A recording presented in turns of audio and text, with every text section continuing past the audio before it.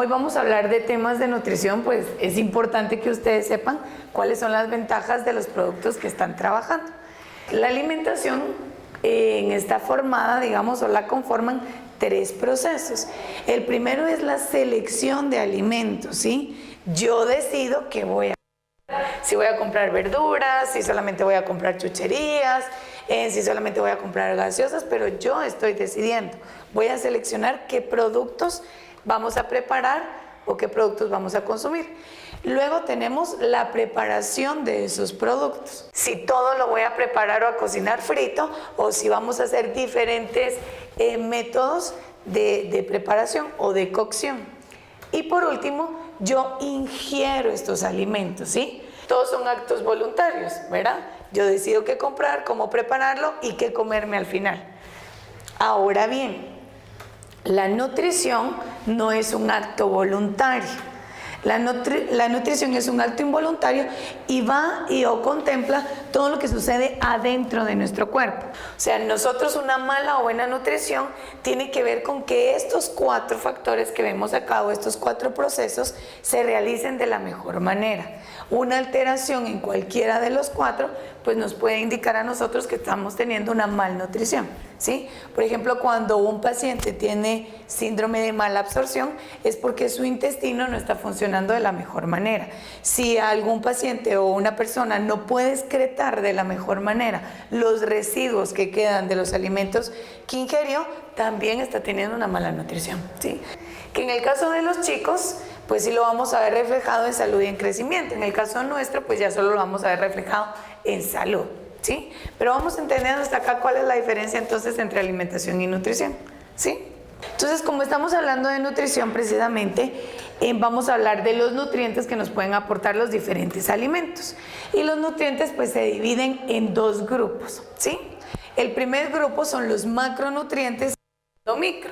Macro es porque son más grandes, los necesitamos en mayor cantidad, y micro porque los necesitamos en menor cantidad. De los carbohidratos, nosotros necesitamos un adulto del 50 hasta el 70% del requerimiento de calorías tiene que provenir de los carbohidratos, ¿sí? Más adelante vamos a ver qué grupos entran dentro de este grupo para saber cuáles son los que más deberíamos de comer. Entonces, carbohidratos de un 50 hasta 70%.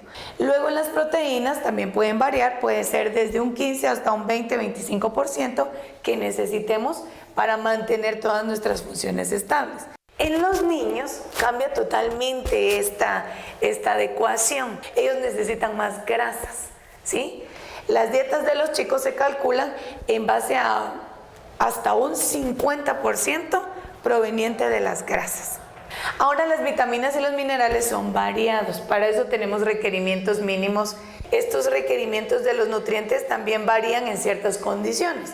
Por ejemplo, en las mujeres, no es lo mismo un requerimiento de calcio en una mujer, digamos, en edad fértil, que una mujer que está embarazada o que una mujer que está dando lactancia.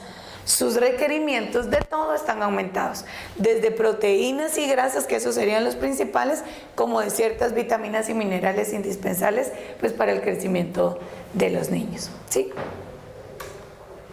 Ahora veamos. La función principal de los carbohidratos es proveer energía al organismo. Cuando nos referimos a que proveen energía, es que es nuestra gasolina inmediata, ¿sí? Entonces es nuestra gasolina inmediata. Cuando nosotros nos sentimos pues con más sueño y todo, necesitamos este tipo de carbohidratos. Ahora veamos qué grupos entran dentro de los carbohidratos. Los primeros en los que piensan todos son estos, ¿verdad? En los cereales, todos los productos que vienen del maíz, del arroz, del trigo, de la cebada, del centeno, pero dentro de este grupo también entran los tubérculos. Dentro de los carbohidratos tenemos carbohidratos complejos y carbohidratos refinados o simples, ¿sí? Dentro de los carbohidratos complejos pues van a entrar todos estos que ven ustedes en las imágenes. Dentro de los carbohidratos también van a entrar las frutas y las verduras. La diferencia entre los cereales y las frutas y las verduras, que también son carbohidratos, es la cantidad de calorías que me aportan por porción. Entonces, que digamos que un carbohidrato me aporta a mí, que serían cereales, nos va a aportar aproximadamente 75 calorías por porción, ¿sí? Las frutas me aportan 40 calorías, ¿sí? Por porción.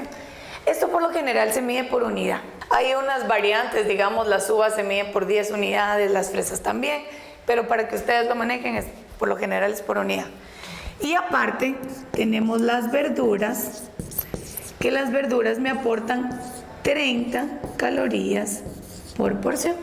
Estas se miden por media taza o una taza. Todo lo que comemos en la noche se almacena, ¿sí? Entonces, estos carbohidratos, que son los que más me aportan, tanto los cereales como las frutas, depende la hora en la que nosotros vayamos a consumir.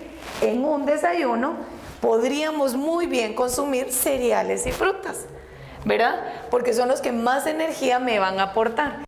Yo voy a realizar actividades, se va a liberar en ese momento, en una hora ya se va a liberar. Y en las noches los que deberíamos de preferir son las verduras. En realidad la recomendación sí sería que estos productos se consuman en la mañana. En las proteínas su principal es formación y reparación de órganos, tejidos y cuerpos. No crecemos si no consumimos proteína. Dentro de la proteína tenemos dos grupos de proteína y esto es importante que ustedes lo sepan. La proteína vegetal y la proteína animal. La que ustedes manejan y la que ustedes están ofreciendo es la proteína de origen animal. Los huevos, todas las carnes, los lácteos y sus derivados, ¿verdad? Y dentro de la vegetal pues tenemos todas las leguminosas, lentejas, soya, garbanzo, habas, frijoles, todos los tipos de frijoles. Ahora bien, veamos algo. ¿Cuál es la diferencia principal entre estas dos? Su perfil de aminoácido. Nosotros como seres humanos necesitamos en ciertos aminoácidos que son esenciales. Se llaman esenciales porque nuestro cuerpo no es capaz de sintetizarlos por sí solo, ¿sí? Por eso se le llaman aminoácidos esenciales. Estos son 8. Todos los productos de origen animal tienen su perfil de aminoácidos completo. Vegetal, como las leguminosas, son deficientes en 2 aminoácidos. Para que la proteína vegetal sea complementaria o sea de alto valor biológico, como nosotros le llamamos, tiene que estar combinadas con un cereal, ¿sí? Entonces no es solamente que yo me coma los frijoles y que ya me está aportando toda la proteína que necesito, sino que la tengo que combinar con un cereal. Por ejemplo, en una tortilla con frijoles, entonces esa combinación en ciertas cantidades específicas, que es parte de lo que nosotros hacemos como nutricionistas, entonces ya me puede ir aportando toda la proteína o todos los aminoácidos que yo necesito, ¿verdad? Ahora bien, me voy a adelantar un poquito porque en el siguiente que hablamos de grasas, pero les voy a mencionar. Nuestra energía disponible inmediata, ¿cuál era? Sí, los carbohidratos. Cuando yo no le doy carbohidratos a mi cuerpo, la segunda fuente de energía son las grasas, ¿sí? Entonces me quedo sin reservas de grasa. Cuando yo no tengo carbohidratos, ya me gasté mis reservas de grasa, mi último recurso en el cuerpo son las proteínas. Entonces, ¿qué es exacto? Lo principal que voy a perder es el músculo. Y hay depresión muscular y ahí entramos con el tema de la desnutrición. La quinoa no es propia de nuestra región. La quinoa viene de Europa, ¿verdad? Pero en dietas donde hicieron en alergia a la carne de res, por ejemplo, porque lo hay, para que ustedes sepan, o sea, sí podemos hacer alergia a la carne de res, al pescado, al cerdo, al pollo y a la soya, ¿verdad? O sea, ¿verdad? Exacto. Entonces, nosotros como nutricionistas tenemos que buscar algo que supla las necesidades de esa persona, porque al final necesitamos proteína, o sea, ¿verdad? Claro que estos pues son casos que no es el total de la población, ¿verdad? Podrá ser, digamos, un 10, un 20% de la población y nosotros podemos seguir educando a la población en que pueden consumir estas proteínas. Vamos a hablar de un tema que se llama disponibilidad de alimentos, que más adelante lo vamos a hablar, pero sí les digo esto en la parte de proteínas porque es importante que ustedes lo conozcan, ¿verdad?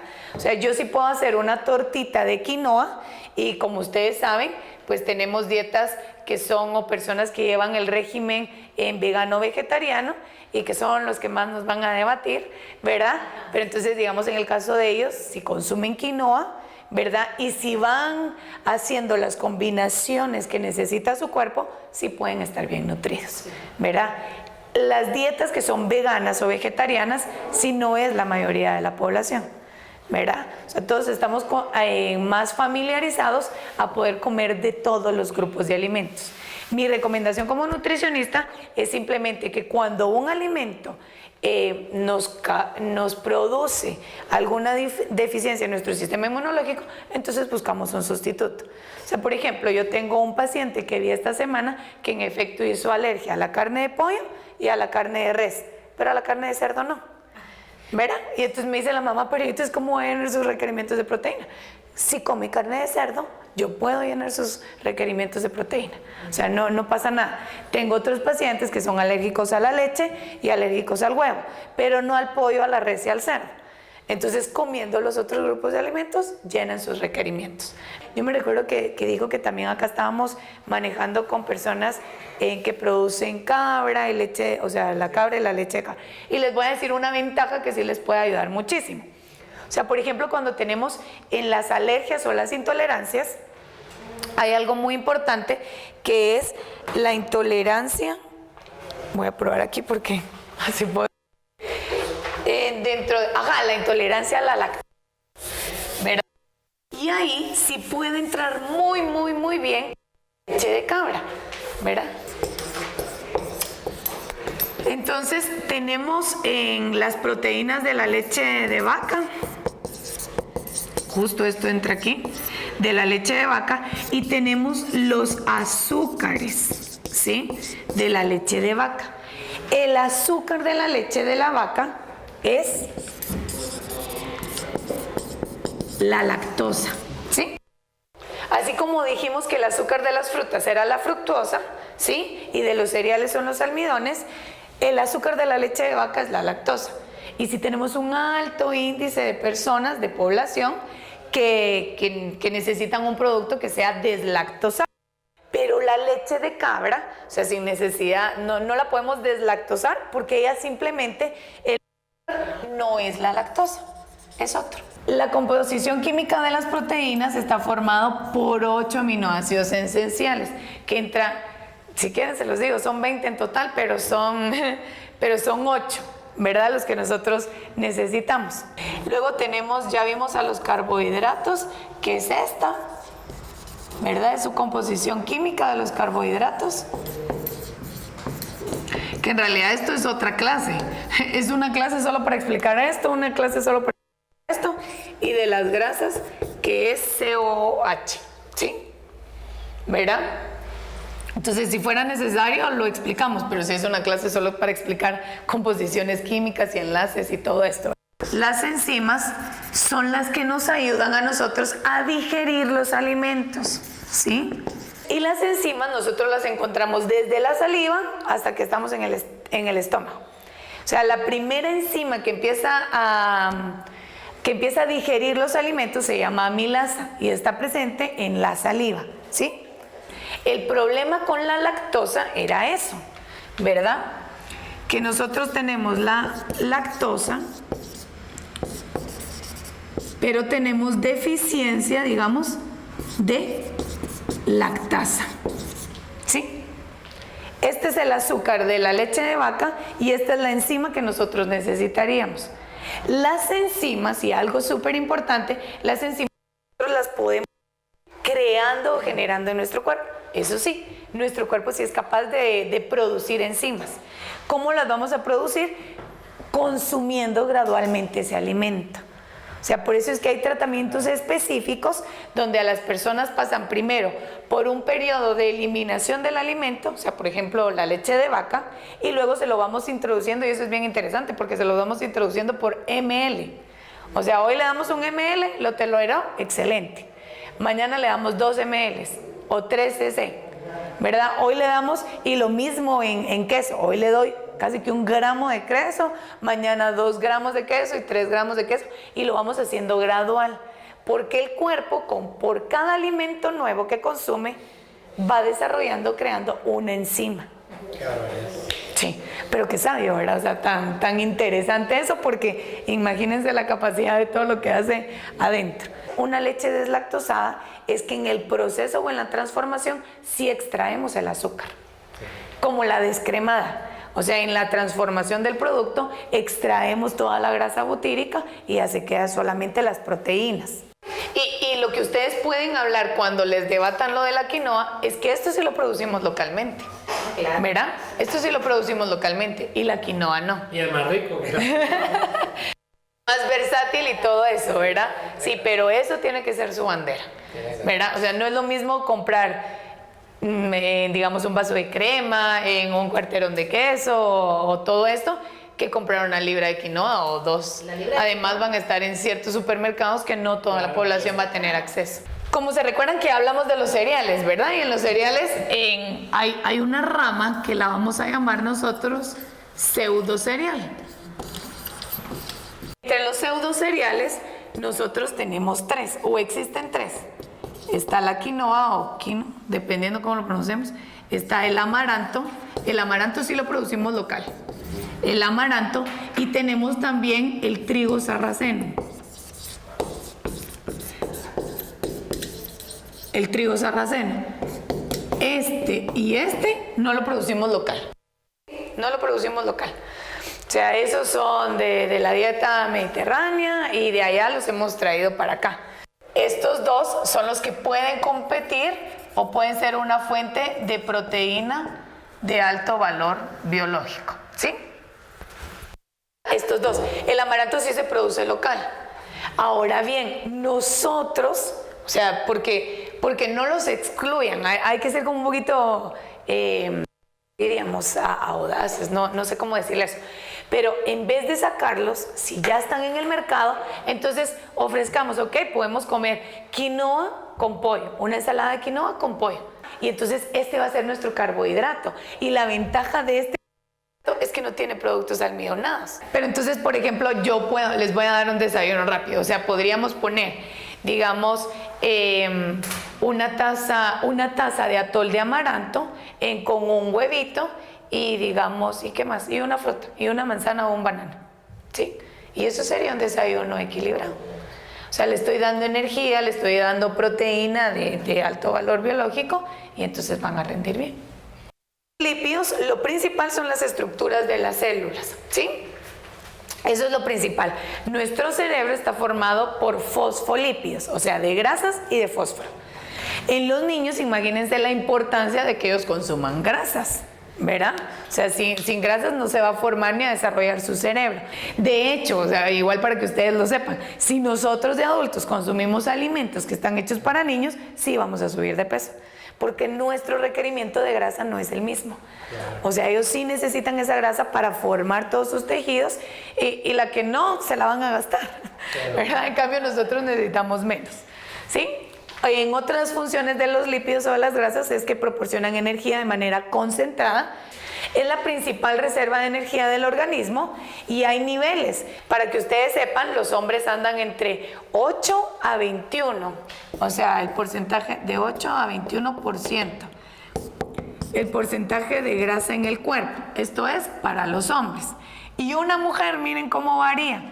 La mujer, su porcentaje de grasa normal es de 21 a 33%. Y luego, pues recubren los órganos vitales. O sea, sí necesitamos, para que los riñones estén en la posición que tienen que estar, tienen un poco de grasa que se llama grasa visceral. El problema es cuando nos pasamos de este tipo, de la cantidad que nosotros necesitamos. Pero hay porcentajes para la grasa visceral que es hasta un 7%. Eso sí es para todos, un 7% de grasa visceral, ¿verdad? Es súper importante. Y cuando las personas llegan a someterse a un régimen alimentario demasiado restrictivo, incluso pierden hasta la grasa visceral. Y entonces luego ya tenemos problemas como se le cayó el riñón, el hígado está donde tiene que estar y un sinfín de cosas. Ajá. Entonces, la chía lo que más tiene es omega 3 y omega 6, igual que las semillas, igual que la linaza, omega 3 y omega 6. Bueno, acá tal vez sí podría ser como interesante, digamos, yo les he dejado a mis pacientes que puedan hacer un pudín. Este pudín se puede hacer con bebida de coco, ¿verdad? Que es lo que comercialmente se le llama leche de coco, ¿verdad? Ajá, pero sabemos que son bebidas vegetales. Entonces, con bebida de coco o bien con leche se puede hacer. Y consiste en que dejamos en un vaso de leche, digamos de 8 onzas, les agregamos una cucharada de semilla de chang, 2 cucharaditas, y lo dejamos reposando toda la noche o 2 horas. Y eso lo podemos servir con frutas. Y ya es un desayuno. Ustedes estando dentro de la industria alimentaria, digamos, una de las desventajas de la grasa butírica, que es la grasa que tiene la leche, es que la vida de anaquel del producto disminuye, ¿sí? O se va a poner un poquito más rancio, más rápido, o sea, en términos como más populares, ¿verdad? Pero la vida de anaquel sí disminuye. Por eso es que hay empresas, industrias, digamos, lecheras, de las más grandes. Yo en realidad no sé si puedo mencionar marcas, pero sí, va. Entonces, por ejemplo, así como Nido. Nido viene y la leche, la grasa butírica la extrae y le agrega grasa vegetal, ¿sí? ¿Por qué? Porque queremos, o sea, que esa leche dure más. Las grasas trans se dan cuando en la transformación esa grasa la obtengo a presión. O sea, lo que sí va a tener grasas trans es en la margarina vegetal, ¿sí? Ese sería el primer punto. ¿Por qué? Porque esa grasa, la grasa vegetal por lo general va a estar líquida, ¿sí? Y yo a presión estoy formándola o solidificándola, ¿sí? No, bueno, bien, sí, todas las margarinas tienen grasas trans, ¿verdad? Hay algunas que no, porque ya se las quitan y las han ido modificando, ¿verdad? Pero en su mayoría todas tienen grasas. Digamos, el aceite de oliva es bueno porque lo extraigo en un proceso que se le llama prensado en frío, ¿sí? Los procesos son los que cambian. Sí, exacto, los procesos intervienen muchísimo.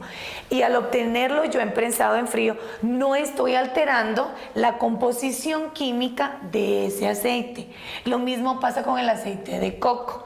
Sí, por eso es que tenemos aceites que son virgen, extra virgen y todo eso. No es lo mismo prensar un aceite o obtener esa extracción de aceite en frío que en caliente. No es lo mismo.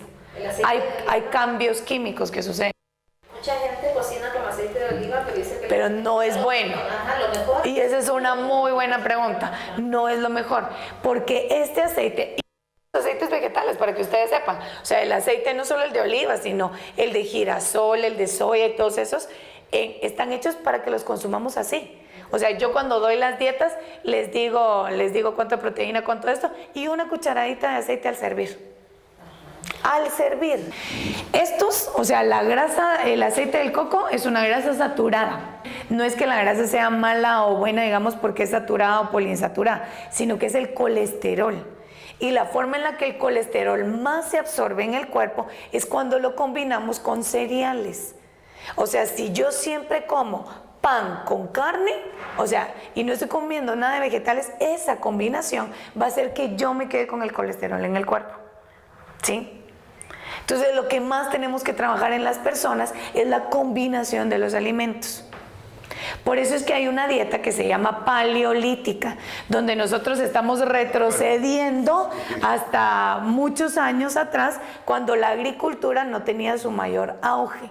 En la dieta paleolítica lo que no se come son cereales, ¿verdad? Cereales y leguminosas, porque la teoría nos dice en que los cereales y las leguminosas originalmente fueron diseñados para que lo consumieran las aves. Por eso es que nosotros no podemos comer el frijol directamente así o el maíz directamente así, sino que tiene que pasar por varios procesos de transformación para que sean aptos al consumo humano. Y ojo, estas teorías que yo les estoy dando, pues digamos, ya no es que la universidad me lo haya enseñado, sino que ya lo he seguido estudiando como por aparte. No todas las nutricionistas van a tener el mismo enfoque que yo les estoy dando, pero yo lo he comprobado y se los estoy hablando desde mi experiencia, ¿verdad? ¿Por qué? Porque no es que le hagamos de malo a las carnes, sino la combinación. Ok, no me puedo comer un huevo, y en otra presentación que cabalice ayer, está esta tablita, tal vez se las puedo enseñar en un ratito.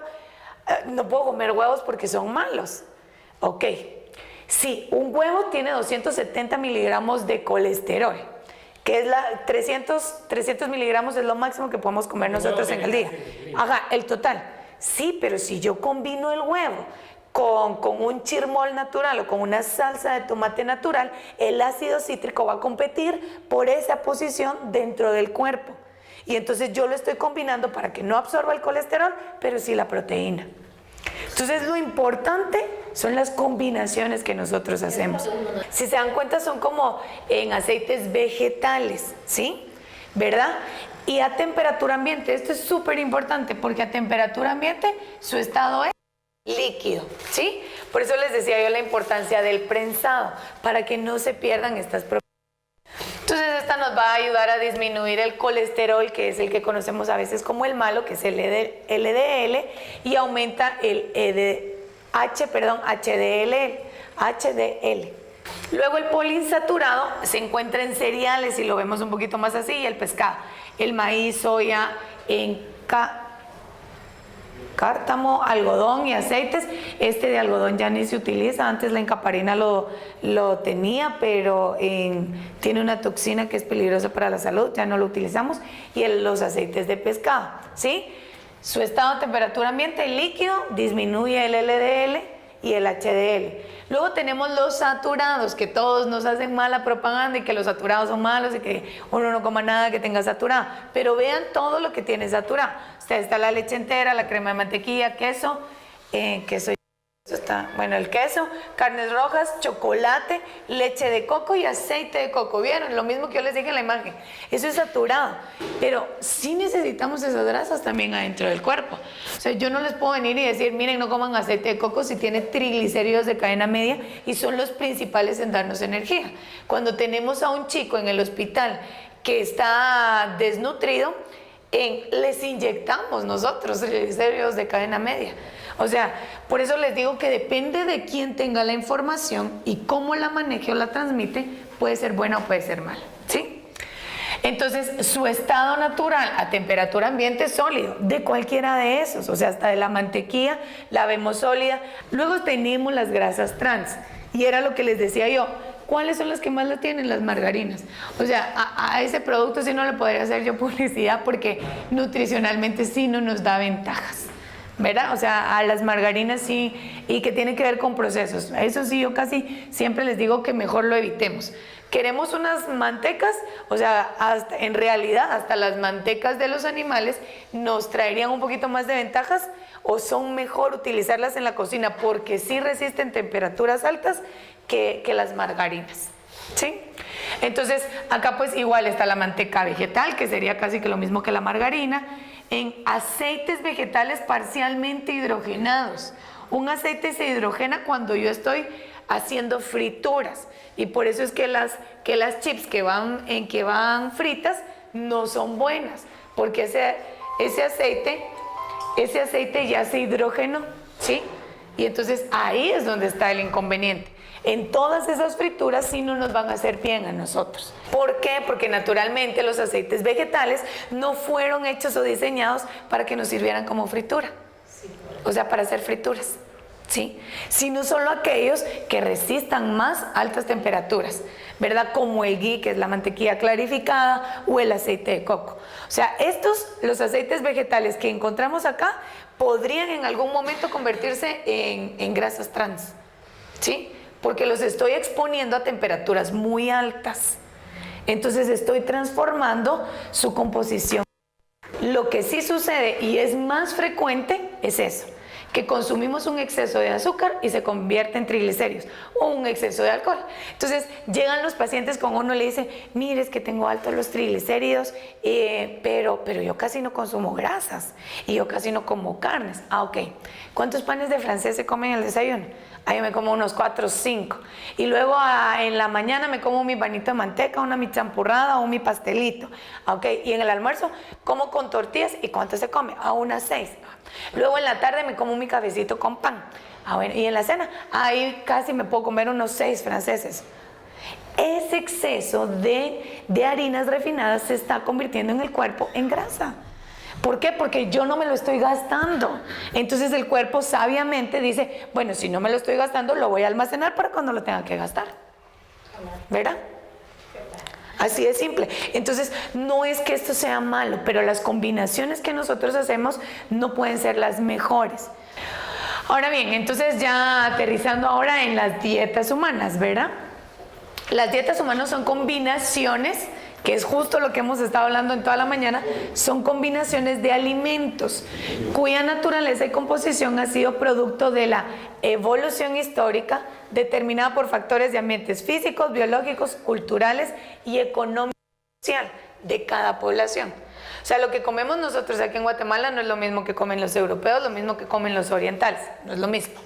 Y aquí estando en Guatemala, no es lo mismo lo que comemos acá en la capital que lo que se come en la costa sur, que lo que se come en Oriente, o sea, varían, y no digamos en Occidente. O sea, las dietas sí cambian muchísimo, ¿verdad? Entonces, pero nosotros, según lo ideal sería que lo que se produce local es lo que más se consuma. Eso sería lo ideal. Pues acá ya es donde nosotros vamos a entrar en cuanto a procesos y a transformación, ¿sí? Desde que tenemos la materia prima, que podría ser maíz o trigo, y hasta que tenemos el producto final, ¿verdad? Que en este caso pues vemos aquí los panes, ¿verdad? Entonces, pero en la cadena alimentaria es muy diversa. Esto es lo que más acostumbrados estamos a ver, pero es muy diversa. Y lo tenemos así. Dentro de la producción o la materia prima, tenemos la producción agrícola, la producción ganadera, que es donde ustedes van a entrar, y la producción pesquera. A partir de esa materia prima yo la puedo transformar a diversos productos y ya entra la industria alimentaria, ¿sí? Donde ya tenemos la preparación, por ejemplo acá si se fueran a hacer quesos, la preparación de la leche, luego ya la fabricación del queso como tal y el envasado, ¿sí? Entonces preparación, transformación y el envasado. Luego ya tenemos la comercialización o venta, ¿verdad? Que en la comercialización y venta pues entra toda la cadena de transporte hasta que llega al lugar o destino final donde se va a vender. Transporte y almacenamiento, la manipulación del mismo y la distribución. Y ya en los consumidores, y aquí entraba lo que estábamos hablando hace un ratito con Isabel, ya sea por medio del hogar o por un restaurante, ¿sí? Que eso sería el consumidor final. Entonces esto es bien importante que lo veamos. ¿Por qué? Porque dentro de esta cadena alimentaria hay buenas prácticas de agricultura, hay buenas prácticas de manufactura, ¿sí? Y buenas prácticas de manipulación de los alimentos, ¿sí? Que ya serían en higiene. Entonces veamos. Lo primero que hablamos fue producción primaria, ¿sí? Que creo que es donde entrarían casi que todos ustedes. Luego la transformación también podría ser parte de ustedes, la distribución y el consumo. Esos son los 4 ejes de la cadena alimentaria. Cualquier evento que yo haga o deje de hacer, o cualquier proceso que yo haga o deje de hacer en cualquiera de estos, puede afectar al final al consumidor, ¿sí? Entonces nuestro objetivo ya dentro de todos estos procesos es mantener la inocuidad de los alimentos. ¿Qué es la inocuidad? Es producir alimentos aptos para el consumo humano. O sea, desde la producción primaria, la transformación en la industria, la distribución y el consumo. Entonces luego aquí tenemos, ¿qué entendemos por cadena agroalimentaria? Es el conjunto de todos los procesos que intervienen en los alimentos hasta llegar a nuestra boca, desde la producción primaria, industrialización, transporte, distribución y consumo. Cualquier efecto que ocasione alguno de los eslabones se transmite a los siguientes, pudiendo hacerse más dañino al pasar del tiempo, ¿sí? El proceso alimentario nutricional, un concepto un poquito más técnico, es el conjunto de operaciones y procesos involucrados en la transformación de materias primas en alimentos y la transformación de nutrientes en resultados de la salud. ¿Por qué? O sea, ¿cómo es que llegamos a esto? Porque ya les hablé yo de lo que nosotros necesitamos para estar saludables. ¿Y sus productos entran y juegan un papel importante en esa nutrición, sí o no? Sí, ya lo vieron. Y entonces ahora, ya un poquito más complejo, el sistema alimentario nutricional. Dentro de este proceso alimentario nutricional vamos a encontrar 3 ejes o 3 pilares. Luego el consumo de alimentos, y acá también nosotros podemos intervenir. Costumbre y prácticas de alimentación. Como les decía yo en este proyecto, ahorita lo que queremos es desmitificar el consumo de la carne de cerdo. Y que vean que así como pueden hacer una tortita de carne de res, pueden hacer una tortita de carne molida de cerdo. Todos los productos de origen animal pueden producir alergia. Y dentro de las alergias, o sea, acá porque nosotros comemos aguacate, pero también hay alergia al aguacate. O sea, también hay alergia a la zanahoria y al melocotón.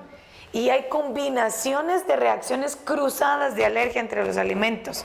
Acá tenemos información que es un poquito técnica, como que son organismos unicelulares en formas esféricas de bastón o espiral. Acá lo importante es que estas sí pueden ser patógenas, ¿verdad? Aquí lo dicen, algunas son patógenas. La ebullición destruye las bacterias, pero no las esporas resistentes. Y eso vamos a verlo también más adelante. En la ebullición es donde entra la pasteurización. La pasteurización es llevar el producto a altas temperaturas durante un tiempo definido para que entonces se maten ciertos microorganismos, ¿verdad? Entonces las bacterias van a preferir condiciones húmedas, ¿verdad? Necesitando más humedad que los mohos y las levaduras, que también vamos a platicar, por lo que no se alteran fácilmente, o sea, no alteran fácilmente los alimentos con poco en humedad. En este ejemplo tenemos el pan, las mermeladas que tienen menos humedad, ¿verdad? O las, ¿cómo se llaman estas? Sí, o las jaleas. Las bacterias tampoco pueden vivir en productos como en los cereales, ¿verdad? O sea, en las pastas y en todo esto es muy difícil porque su humedad es muy poca. Pueden vivir en un amplio rango de temperaturas, la mayoría no puede crecer en un pH bajo, o sea que algo está ácido, no va a vivir. En un yogur sería más difícil que vivieran las bacterias porque son más ácidos, ¿sí? Por lo que no alteran fácilmente los alimentos con pH bajo como la mayoría de las frutas. Y acá tenemos, eso se los voy a dejar para que ustedes lo lean dentro de la presentación cuando se la enviemos, cuáles son las características o los cambios en que vamos a ver dentro de los alimentos. Ahora vamos a hablar de las principales bacterias que encontramos en los alimentos. Las principales son 7. A ver si son 7. Entonces tenemos Salmonella, E. coli, Listeria monocytogenes, tenemos la Campylobacter jejuni, el Staphylococcus aureus, la Shigella y la Yersinia enterocolítica. Todas estas producen síntomas gastrointestinales, la mayoría. Y bueno, ya con esta terminamos, que son las levaduras. Necesitan más humedad que los mohos para poder vivir. Se desarrollan en un amplio rango de pH, o sea que pueden estar en un pH ácido como en un pH alcalino, ¿sí? Y algunas soportan altas concentraciones de etanol. Pero vean bien para qué son las levaduras o el deterioro, porque no siempre esa alteración es mala para nosotros, como vemos ahí en el ejemplo, en el vino y en el azúcar o jarabes azucarados, ¿sí? Entonces, ¿qué nos van a aportar las levaduras? Velocidad superficial y olores extraños en carnes curadas. Fermentación alcohólica de concentrados como la melaza, miel, mermeladas, pulpas, etcétera, ¿sí? Entonces las levaduras no precisamente son malas para nosotros. Hay algo que consumir sin que desarrollemos absolutamente nada, ¿sí? Entonces igual se les comparten las presentaciones, ¿verdad, ingeniero? Sí. Se les mandan, o sea, yo ya se las mando al ingeniero y él ya se las comparte a ustedes. Cuando uno fabrica alimentos es casi que obligatorio, si compra granos en una procedencia desconocida o de importación que vienen en barcos que tienen muchas cámaras y mucho tiempo y la humedad del mar, usar un agente que se llama secuestrante para quitar los problemas que vimos en la gráfica anterior de las micotoxinas. Sí, en algún momento estas, como son solamente superficiales, no nos afectarían. Pero cuando ya definitivamente sí se inició el proceso como de putrefacción, lo tenemos que descartar. ¿Verdad? Sí. O sea, yo conozco un caso donde acá entró un lote, un furgón de arroz que venía engusanado por el tiempo que pasó en el ¿cómo se llama? Y de todas maneras utilizaron productos como esos, pero pesticidas, y luego se utilizó para hacer sopas y se vendieron. O sea, no sabemos cuántas personas se enfermaron después de eso, ¿verdad? O sea, nosotros en realidad como como emprendedores y que estamos en la industria, tenemos que conocer esto para saber hasta dónde puede repercutir algo, ¿sí? De lo que nosotros estamos haciendo, lo que vimos en la cadena alimentaria, ¿verdad? Y que al final lo que nosotros queremos es mantener la credibilidad en los productos que nosotros estamos dando, ¿verdad? Que pues son de alta calidad, en que tienen ciertos estándares, como lo que me comentaba de la carne, y que pues al contrario, no es que vayan a causarle un daño al consumidor, sino un beneficio, ¿sí? Este ha sido pues casi que el principal objetivo de este módulo, ¿verdad? Yo creo que una gran conclusión que podemos sacar acá, y con la idea de ir haciendo principios para un grupo como nosotros, el día de hoy yo diría que es la ética, la que tendría que prevalecer en todo proyecto que hagamos, el tema ético. Estamos arreglando salud directamente, o sea, podemos matar gente. Ajá, así es. Y en ese caso de la ética, yo tengo un claro ejemplo de la escuela donde estudié en España, que ellos, lo que uno cocina ahí, o sea, ellos vienen y lo que cocinan no se lo regalan a nadie. O sea, uno puede decir, desperdician una cantidad de comida exagerada, pero dicen no, porque puede enfermar a alguien y quién sale mal es la escuela. Porque están probando, porque están experimentando. Entonces dicen no. Y lo que uno cocina, lo que yo cocino en mis clases prácticas me lo llevo yo. O sea, ya si yo me enfermo, yo lo cociné. Sí, pues. Entonces, pero ellos no le regalan nada a nadie por eso. Sí, pues. Sí, es como súper importante, y la verdad es que cuando uno ya está metido en la industria alimentaria se va dando cuenta de muchas prácticas que a veces no son las más favorables. Incluso miren, la idea de que nosotros nos profesionalicemos, porque esto al final es profesionalizarnos, es que vayamos adoptando esto. Lo ideal es que desde que iniciamos un negocio ya tengamos todos estos contenidos y que los apliquemos, ¿verdad? Eso es como sería como lo ideal.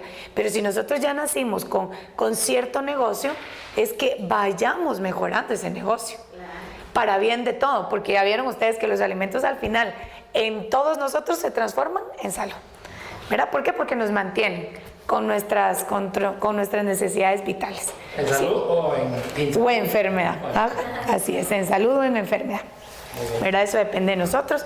Entonces, muchísimas gracias por el día de hoy. Gracias. ¿Verdad? Entonces, espero que en realidad pues sí les haya agregado valor, les haya aportado para todo lo que ustedes están manejando ahorita. Tenemos un módulo más que nos va a servir, todo lo que vimos hoy, nos va a servir para ese módulo.